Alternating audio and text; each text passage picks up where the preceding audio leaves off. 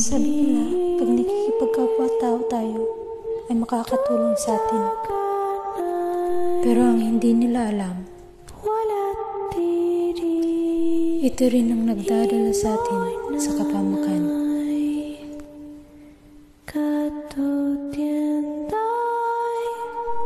Sabi din nila, hindi lahat ng nakikita o naririnig natin ay totoo.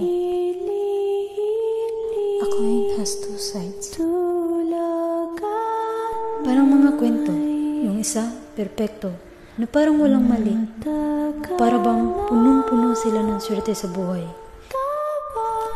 At yung isa naman, ay ang realidad. Kung ano ba talaga ang totoo. Tayo kasing mga tao, upang mapaganda ang imahe, dinadaan natin sa kwento. Tinatapala ng mali ng magandang senaryo.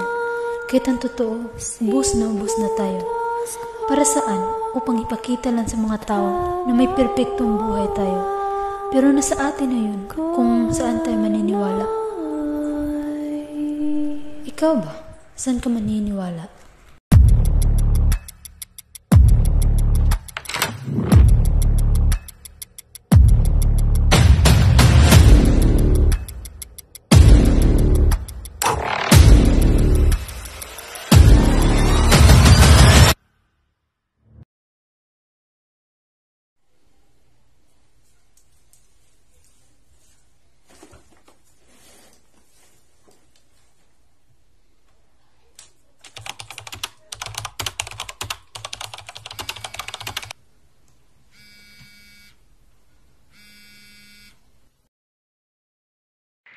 Hello, Ems. Kumusta na?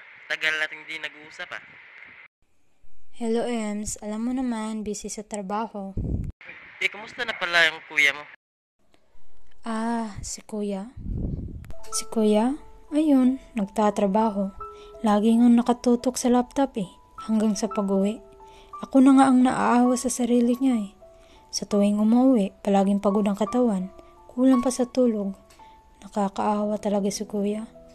Pero alam mo, Ems, ang swerte ko sa kanya. Inaalagaan niya ako na mabuti. Hindi niya ako pinapabayaan. Sa tuwing nagtitiktok ako, sinasabayan niya ako, nakakatuwa. At isa pa, sinabihan niya ako na tumigil na sa akin trabaho kasi ayaw niya ako mapagod. Si Kuya talaga. Ang swerte mo talaga sa kuya mo, Ems. Ang trabaho, kumusta? Mga ka-workmate mo, okay lang ba sila makisama? Ay nako, Ems, kung alam mo lang, ang bait nila sa akin. Alam mo ba yung boss namin, hindi lang pogi, sobrang talino din. At saka nakikisabay siya sa amin, malaki din siya magpasweldo. Tapos yung mga ka-workmate ko naman, sa tuwing may problema ako, andyan sila lagi para bigyan ako ng payo. Ang saya, diba? Di lang maswerte sa kuya, maswerte din sa trabaho. Ems, wag mo nang ituloy, naiinggit na ako. Sige na, tatawag na lang ako ulit, may gagawin pa kasi ako. Sige, Ems. Bye. Ingat ka lagi. Bye. Ikaw din, mag-iingat ka dyan.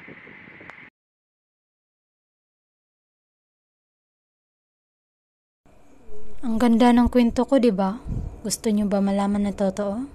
Ika nga nila, don't judge the book by its cover. Kasi hindi lahat ng mukhang mabait ay mabait. Hindi lahat ng masipag ay masipag. Minsan talaga, kailangan mo pagtakpan ng katotohanan. Para lang hindi sila masira sa ibang tao. Mahirap pag wala kang boses. Hindi mo masabi ang gusto mong sabihin. Mahirap pag wala kang lakas ng loob upang ipaglaban ang sarili mo. Lalong mahirap pag malapit sa'yo. Si Kuya, pagka-uwi niyan, hihingi agad sa akin ng pera para sa alak, para may bigay siya sa kanya mga kaibigan. Pag hindi ko nabigyan, sampal dito, suntok doon. Sobrang sakit kasi sariling kapatid ko ang nagpapahirap sa akin. Oo, sa trabaho, sobrang bait nila sa akin. Nung una. Pero nung tumagal, ipapahamak ng pala ako sa mga katrabaho ko dahil sa boss naming mainitin ng ulo.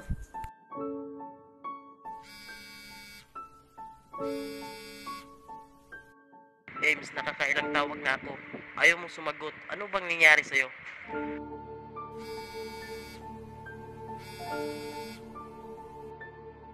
Ba't mo naman ginawa yun?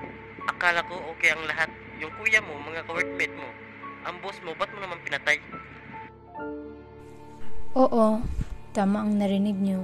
Nakapatay ako. Ang malala, yung boss ko pa. Pero alam niyo, di ko yun ginusto. Nahulog kasi ako sa patibong. Kala ko okay sila, di tulad ni kuya. Pero nagkamali ako. Nagkamali ako kasi pinagkatiwalaan ko sila ng sobra. Kaya sabi ko sa sarili ko, mahalaga ba talaga ang pagkikipagkapwa-tao? O guni-guni lang natin yun?